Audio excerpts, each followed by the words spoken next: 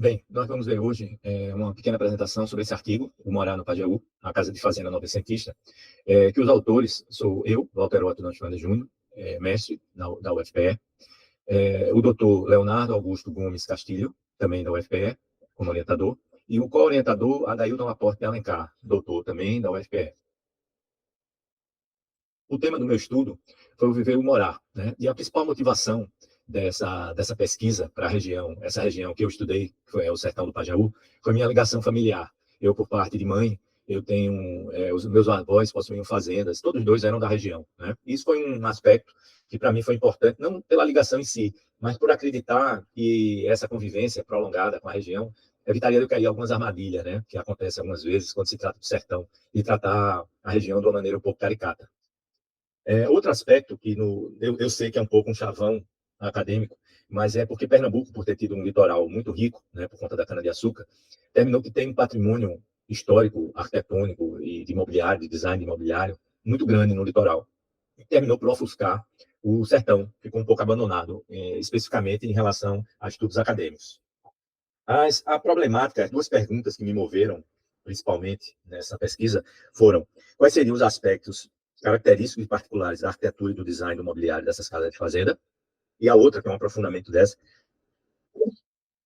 que essas particularidades nos dizem sobre as pessoas que construíram e habitam essas moradias.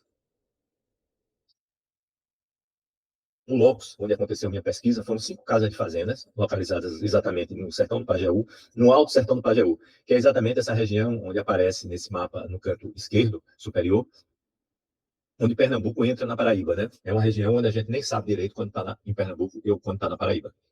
Das 5 casas, 2 estão localizadas no município de São José do Egito, que são a Fazenda São Pedro e a Fazenda Bonfim. E 3 no município de Guaraci, a Fazenda Duas Barras, a Fazenda Santa Fé e a Fazenda Coruja. Em termos de referencial teórico, eu separei só 2 livros aqui que falam do design e da arquitetura vernacular. Então, o primeiro é o capítulo 6 desse livro, de Victor Papanek, Arquitetura e Design, Ecologia e Ética, onde ele trata da arquitetura vernacular. No entanto, tudo que ele escreve lá sobre arquitetura dá para ser utilizado no design também. E o outro autor, Rafa Porte, ele tem vários livros onde ele fala da arquitetura vernacular, mas especificamente esse, Vivenda e Cultura, me interessou porque ele fala exatamente da habitação, né, do morar tradicional, vernacular, de várias culturas, né? E ele aponta nesse livro que a questão cultural é a principal coisa que define o fazer vernacular, muito mais do que aspectos construtivos ou de materiais ou climáticos da região onde acontece essa arquitetura, né? Nesse mapa, eu condensei 2 informações muito importantes do nosso contexto. O primeiro é o bioma Caatinga, que é essa região mais clara, que é um bioma que só existe no Brasil e domina basicamente a região Nordeste, né? Tem só um pequeno pedaço que a gente dá para perceber aí no mapa, aí embaixo, que fica em Minas Gerais. Mas ele realmente, assim, a região Nordeste é caracterizado pelo bioma Caatinga. E o outro aspecto que está nesse mapa aí também muito importante são esses caminhos de fora e caminho de dentro, que foram as duas maneiras como se ocupou o interior do Nordeste, especificamente do Sertão, né? Então a gente tem essa parte vermelha que saiu de Salvador, essas explorações, né? Saiu de Salvador, que basicamente elas seguiam o leito dos rios. E a outra, que saiu de Recife e Olinda, são essas azuis aí, que seguem basicamente o litoral e vão penetrando normalmente também por leito de rios, né? Alguns achados no meu inventário, eu coloquei essas esquadrias, que é uma coisa bem característica das casas, que são esquadrias muito rústicas, né? Onde ela tem somente a dobradiça e o próprio travamento, o fechamento dela é feito com uma barra de madeira. Outro aspecto importante dessa ilustração aí são as cores. Das 5 casas, 3 casas têm exatamente a mesma pintura, que é essa pintura branca, tudo caiado, né? Branco e amarelo, um branco com detalhes amarelo, e as esquadrias azuis. Isso foi uma coisa que se repetiu várias vezes nessas casas, né? Tem muito nas casas da região.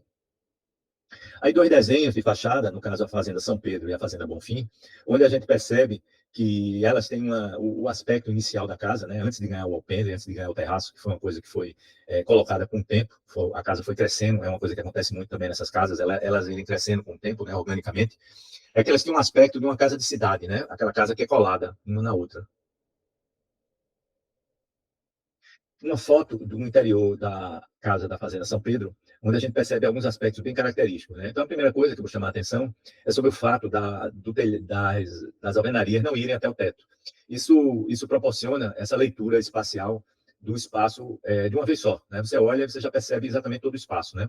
Isso tem um aspecto também climático que eu não acredito que foi proposital, mas que acontece também como uma coisa que vem junto, que é que ele guarda um grande volume de ar, onde guarda a umidade da noite, passa o dia todo com essa umidade. No exterior, muitas vezes, até no próprio terraço, devido ao vento seco, né? Não é tão agradável quanto os interiores da casa.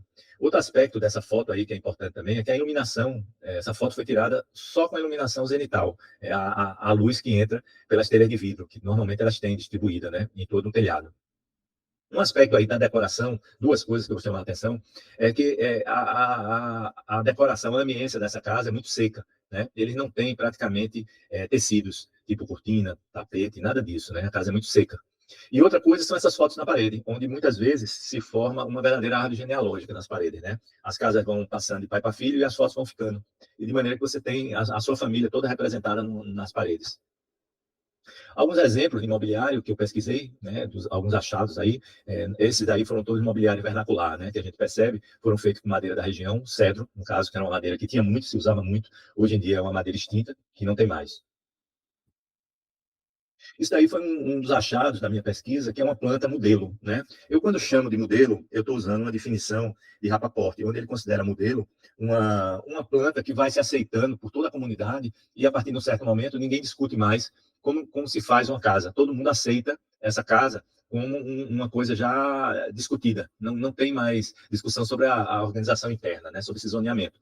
Então, no caso dessa casa, ela tem a sala na parte da frente, na parte central, um corredor central, os quartos e, eventualmente, alcovas, né? Quartos sem janela.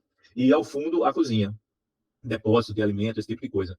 E arrematando tudo pelo lado de fora, o alpendre, né? Que muitas vezes foi, como eu já falei, acrescentado à casa, né? O núcleo central e depois acrescentado o alpendre.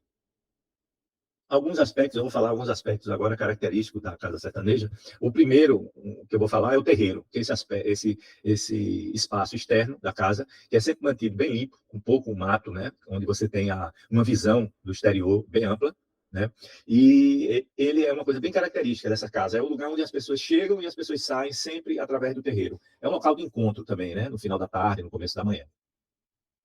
O outro aspecto importante, que inclusive diferencia essa casa brasileira, essa casa do sertão brasileiro, da casa portuguesa, a casa que chegou aqui, é o aparecimento do alpendre, que, como Gilberto Freire disse, ele amoleceu a casa, né? Tornou a casa mais amistosa. A casa não passou, não deixou de ser aquele bunker fechado com poucas aberturas, né? Tornou exatamente esse espaço aí, tornou essa casa esse espaço um espaço de acolhimento, né? De quem chega de fora, ou um espaço de estar mesmo para quem está na casa, um espaço aberto.